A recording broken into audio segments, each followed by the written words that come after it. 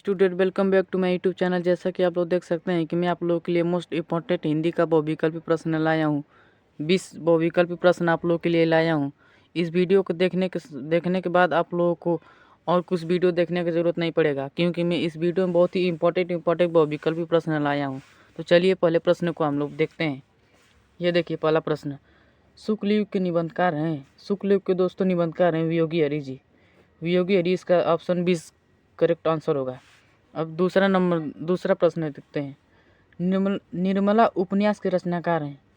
निर्मला उपन्यास के रचनाकार दोस्तों हैं ये मुंशी प्रेमचंद। मुंशी प्रेमचंद दोस्तों निर्मला उपन्यास के रचनाकार हैं। इसका ऑप्शन पहला होगा। अब चलिए तीसरा प्रश्न देखते हैं। अपनी खबर रचना की विधा है। दोस्तों अपनी खबर रचना की विधा है दोस्तों यहाँ पे आत्मकथा की दोस्तों ये विधा है। तो इसका आंसर दोस्तों डी होगा। अब चलिए देखते हैं चौथा प्रश्न देखते हैं दोस्तों। रामधारी सिंह दिनकर की रचना नहीं है। रामधारी सिंह दिनकर की दोस्तों रचना नहीं है। तो इनकी रचना ये अजातशत्रु दोस्तों इनकी रचना नहीं है, क्योंकि अजातशत्रु जयशंकर प्रसाद की रचना है। अब चलिए देखते हैं पांचवा प्रश्न दोस्तों। गुनाहों का देवता के लेखक हैं। मतलब गुनाहों के देवता के लेखक हैं। गुनाहों के देवता के लेखक दोस्तों धर्मवीर भारती हैं। इसका आंसर ए होगा। इसका ए आंसर करेक्ट होगा। अब ये देखिए छठवां प्रश्न देखते हैं। रामचंद्रिका के रचनाकार हैं। रामचंद्रिका के रचनाकार दोस्तों हैं केशव दास। इसका आंसर डी होगा, केशव दास। अब चलिए हम लोग देखते हैं आठवां प्रश्न। बहुत ही मोस्ट इम्पॉर्टेंट प्रश्न है दोस्तों। इस वीडियो को आप लोग पूरा देखिए।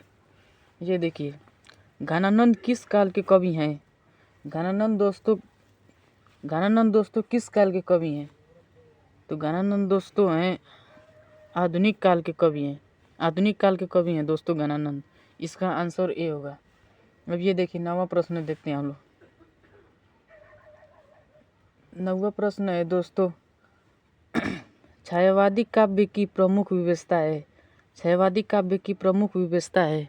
तो छायावादी काल की प्रमुख विशेषता दोस्तों है यहाँ पे प्रकृति का मानवीकरण। इसका आंसर ए होगा। ए इसका करेक्ट आंसर होगा। अब देखते हैं 10वां प्रश्न। तार सप्तक के साथ कवियों को किसने राव के अन्वेषी कहा है। तो दोस्तों अगे ने कहा है, अगे जी का फुल नाम दोस्तों आप लोग कमेंट कीजिए अगे का फुल नाम है। अब देखते हैं 11वां प्रश्न देखते हैं। करुण रस का अस्थाई भाव है। करुण रस और हास्य रस आप लोग जानते ही होंगे कि हम लोग के पेपर में बस दो ही रस आया है, जिसमें से एक करुण रस है और एक हास्य रस है। हास्य रस और करुण रस यही दोनों इंपॉर्टेंट हम लोग के पेपर के लिए है दोस्तों। करुण रस क्या है कि मैं आप लोगों को बताना चाहूँगा। करुण रस वो रस है जिसमें कोई करुणता भरी हो, और हास्य रस में वो रस है जो जिसमें हंसी या किसी मजाक का उत्पन्न किया हो, उसे हास्य रस कहते हैं। तो दोस्तों करुण रस का अस्थाई भाव है। इसका आप लोग जानते ही होंगे, शौक है। ये मोस्ट इम्पॉर्टेंट दोस्तों प्रश्न है। इसको इम्पोर्टेंट प्रश्न है दोस्तों, बहुत इम्पोर्टेंट प्रश्न है। अब देखिए 12वां प्रश्न। छंद पढ़ते समय आने वाले विराम को क्या कहते हैं। मतलब जब हम छंद पढ़ते हैं तो आने वाले विराम शब्द को क्या कहते हैं। तो यति तो कहते हैं। तो इसका आंसर डी होगा इसका आंसर। अब देखिए यहाँ पे 13वां प्रश्न देखते हैं। अभ्यास पहले इसको ध्यान करिए आप लोग दोस्तों। बढ़िया से ध्यान से अगर प्रश्न पढ़ेंगे तो आप लोग आंसर देने में कोई दिक्कत नहीं होगा। आप लोग बढ़िया से आंसर दे सकते हैं। इसलिए पेपर को शांतिपूर्वक ध्यान से पढ़ना चाहिए। ये देखिए, अभ्यास शब्द में किस उपसर्ग का प्रयोग किया गया है। मतलब ये जो अभ्यास शब्द लिखा है इसमें कौन सा उपसर्ग का प्रयोग किया गया है। तो इसमें प्रयोग किया गया है अभी का, अभिधन। इसका दोस्तों देखिए, इसका जब छंदी विच्छेद करेंगे तो अभिधन आशय दोस्तों होगा।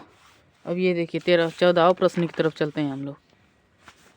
इस वीडियो को देखने के बाद आप लोगों को दोस्तों कोई भी वीडियो देखने की ज़रूरत नहीं पड़ेगा। ये देखिए 14वां प्रश्न।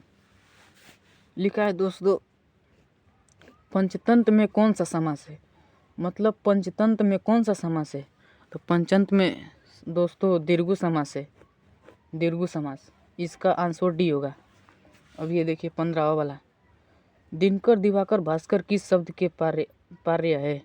तो दोस्तों आप लोग को मालूम ही होगा, दिनकर दिवाकर भास्कर सूर्य के पर्यायवाची शब्द कह लें या पर्याय शब्द कह लें, दोनों एक ही होगा।